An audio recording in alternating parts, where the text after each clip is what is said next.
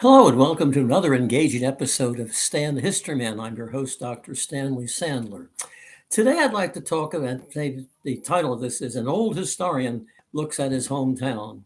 And the hometown I look at is not some little farming village, in the romantic past. No, it's Germantown, Pennsylvania, which is actually a suburb of Philadelphia, although for many years it was a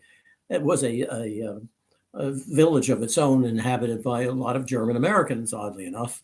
But my memories of Germantown would be the 40s, 50s, and part of the 1960s. And what impressed me so much looking back is how much a budding historian, well, I didn't even know I was going to be a historian when I was a kid there, but the place was drenched in history.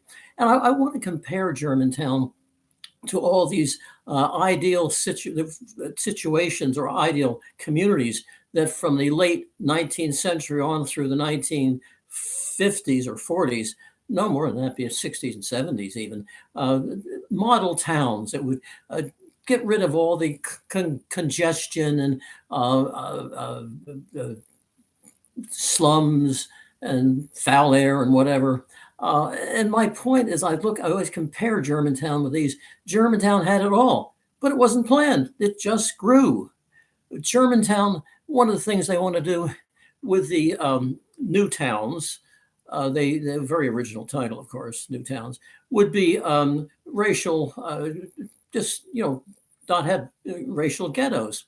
Well, Germantown was sort of like that. There was one street that was primarily black, but there were black residents scattered pretty much throughout, not an awful lot, but scattered throughout the town. And rich and poor, of course, they were really concerned about that in the 19th and early 20th centuries. Well, Germantown had fine Victorian mansions and row houses for, lesser affluent people. And almost next to each other, you'd walk around the corner and there would be a string of Victorian mansions, and then you'd go the other way and there'd be a block of row houses, just two-story, few 3 stories as well. It was also what the new towns don't have, obviously, is history. Well, Germantown, of course, it goes back to the 1600s. It was a scene of a major Revolutionary War battle, and Washington was there, the Battle of Germantown. We lost the Battle of Germantown, but the American troops fought so well there that the British said, well, I guess we haven't really crushed this rebellion yet, and even the Americans were rather heartened that we can do it. And matter of fact, later the British did evacuate Philadelphia because this growing ability of the Americans to fight. Well, I could just go take a trolley car up Germantown Avenue and go right to the site of the Battle of Germantown. And also again, in a new town, you have just certain types of buildings. But in Germantown, it was an agglomeration of everything. You had colonial houses, of course, going back to pre-colonial times. And then you had 19th century structures, early 19th, 20th, early 19th, late 19th, Victorian, Edwardian, any type you want. Matter of fact, where I was living on Baton Street, I could look across the vacant lot there in the Sheldon Street, which nobody's ever heard of. There is like every architectural style of the 19th century on Sheldon Street. Now, no bus tours went to Sheldon Street at all, but I noticed that just about like every kind of of modest. These were modest houses there. There weren't any of the Victorian mansions, but every other kind of domestic, middle class, lower middle class architecture was right there on Sheldon Street. And the street I lived on, Baton Street, there was a Victorian mansion at one end of it. Then there was the row houses, of which we lived in one of them. And then after that, there were larger, late 19th, early 20th century separate houses with huge backyards. It seemed like this went on forever. And the small front yards. And then after that was a small street with no porches or anything, just like you stepped out the door and onto the sidewalk, which for people of very limited incomes. I mean, that's just one street I was living on. And what was at the end of that street? Well, on one side, there was a candy store, we called it, but you could buy lunch meat and milk and bread, that type of thing there. And on the other corner, facing it, was another candy store, all right, with the same sort of thing. So you make a left on Sheldon Street and you walk about a block, and then there's a large grocery store. But everything there were big Jewish pickles in wooden barrels, and just about everything. Of course, it was not like a supermarket. You go to the clerk and say, "I want a can of peas and I want this," and they would get it for you. But this was a fully stocked grocery store. And across from that, on the other corner, was another grocery store. And then off from that corner was a drugstore. And of course, drugstores in those days had soda fountains. That's all gone now. So there you have what, four different stores. And nobody said, "Wow, look at all the stores here." Just that's kind of the way it was. And there were sidewalks as well, so you could put all your groceries or whatever in a wagon or something and pull it down the sidewalk to where you're living. Of course, people are all living there, fairly close to each other. So it was just a sort of natural growth this way that gave Germantown what. Also, I remember Germantown for the food. Now, of course, this is a suburb of Philadelphia, so Philadelphia is known for what I would call like good, just food store food, not just specialties. Things like pepper pot soup and scrapple. So we had all that, of course, available in Germantown at the local corner grocery store. And German, even there were two companies that made their own soda pop, always in glass bottles, of course. The horrible plastic bottles today, uh, especially the big ones, they lose their fizz about halfway down because they're always being crushed when you pick them up. But I should also mention you didn't see a lot of bottles laying around, because if you took a bottle, you bought let's say a Coke in a grocery store and took it out, then you'd be charged 2 cents deposit. And so you then return the bottle and get your 2 cents back. And any bottles that were laying around, some kid would grab it and 2 cents. I mean, well, 2 cents, okay. Well, 5 cents was a trolley car ride. Okay. So you could make, a little bit of money for some kid. So not, but there were two. There was Germantown Beverages. I think the other one was called Booths, and they were both bottled in Germantown. Oddly enough, another failing in which the new towns come off worse, excuse me, than Germantown was transportation.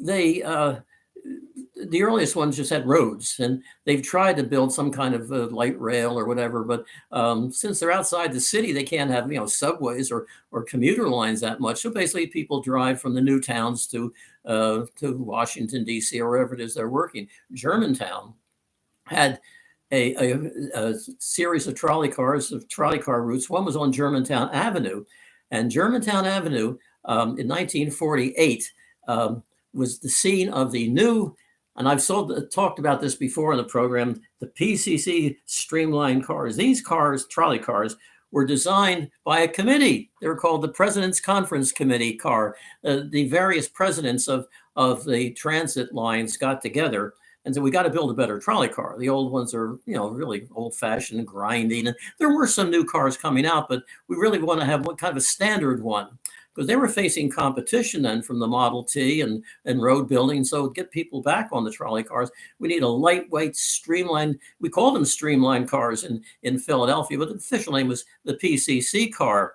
And Germantown Avenue was full of these things going up and down the avenue. Supposedly the 23 car, the number 23 car, going from Germantown all the way down to South Philadelphia, was supposed to be the longest trolley car line in the world. So that was Shelton Avenue also had a tri-car line. They had the older cars, sometimes called the near sides. I won't get into that. But so you had two major intersections there with trolley car lines. But that's not all, because there were actually two commuter rail lines that went through Germantown. So if you want to go to work in Philadelphia, which is where most people work, I mean, some worked in Germantown, of course, but you had your choice, depending on where you lived, of two electric transportation lines, which are still in effect, by the way. The 23 car line, they got rid of it, but then they said, well, we could bring it back. And, the light rail revival, well, maybe sometime it's going to cost a lot of money. But anyway, but the commuter lines are still running. Apparently, have new equipment and they're high, fast, air conditioned, and that sort of thing. So transportation, Germantown was miles, hundreds of miles ahead of any new town, because you could get to work without ever having to drive. You could take the trolley down to Broad Street in Erie and get on the Broad Street subway from there and go really fast into town on the subway line. So this is something that was really, as a rail fan, as you might have guessed by now, you can see over here. I really appreciated the trolley car lines in Philadelphia. So it just seemed to have an awful lot but of course, this is typical of the time, of any time really. We didn't really appreciate it. We thought, well, it's and the suburban rush, people emptied out of Germantown into the suburbs. So it was. But looking back, I see that all that we had there in Germantown, from history, food, transportation, architecture, and just general housing patterns. By the way, my grandparents lived in Germantown. They both came from England about 1908, and grandfather Sandler got a job as a skilled instrument maker at Leeds and Northrop, a factory which is right there in Germantown. And he worked until he died in the influenza epidemic of 1918. And interestingly, they didn't know each other, but my father's grandfather, he also died in that horrible pandemic of 1918, which killed far more people than did the World War I. It occurred toward the end of World War I. But I'm saying that my grandfather I don't know what my grandfather, my father's side did for a living, but on my grandmother's side, he was a skilled instrument maker, and he could walk to work. And lots of people in Germantown, because they had sidewalks then, you might notice, and tree-lined sidewalks. And so the factories and so on are pretty close in there. Leeds and Northrop is still a major corporation, doing a lot of metal work and that sort of thing. But I could see them walking to work.